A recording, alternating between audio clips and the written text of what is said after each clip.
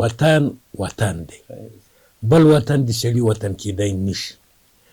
انسان چې په کوم وطن کې ژوند کوي د انسان حیثیت لکه مایع غوندې دی، په همدغې اوبو کې په همدغې آب و هوا کې دا عادت شوی وي، بل ځای ته چې ځي ډېر سخت پرې تمامېږي. نو په دې اساس د وطن مینه، د وطن سره علاقه، په وطن کې اوسېدل د یو انسان یوه طبیعي خبره ده، یو طبیعي غوښتنه یې ده. دا چې جبر پرې وشي او بیل شي، هلته ډېر افغانان وو چې لیدل به د ډېر ځورېدلي وو، ډېر دردېدلي وو، ډېر ښه ژوند یې درلود، لیکن د هېواد نه لرېتوب ډېر دردول. البته نوی نسل چې هلته لویېږي هغه متاسفانه ضایع شو، هغه ولاړ د منځه، ځکه هغه نور د وطن احساس او د وطن هغه ګټې او د وطن هغه خوندونه نشي څکلی.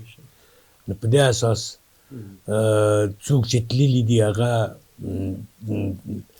مشکلات لري، هغه درد لري، هغه د وطن سره د مینې احساس لري، لیکن څوک چې د دې نه وروسته هلته لویېږي او پیدا کېږي هغه بیا په ضایعاتو کې راځي، هغه نور تللي فقط تش په نامه افغانان دي او نور د هغو نه زیاته توقع نشي کېدلی.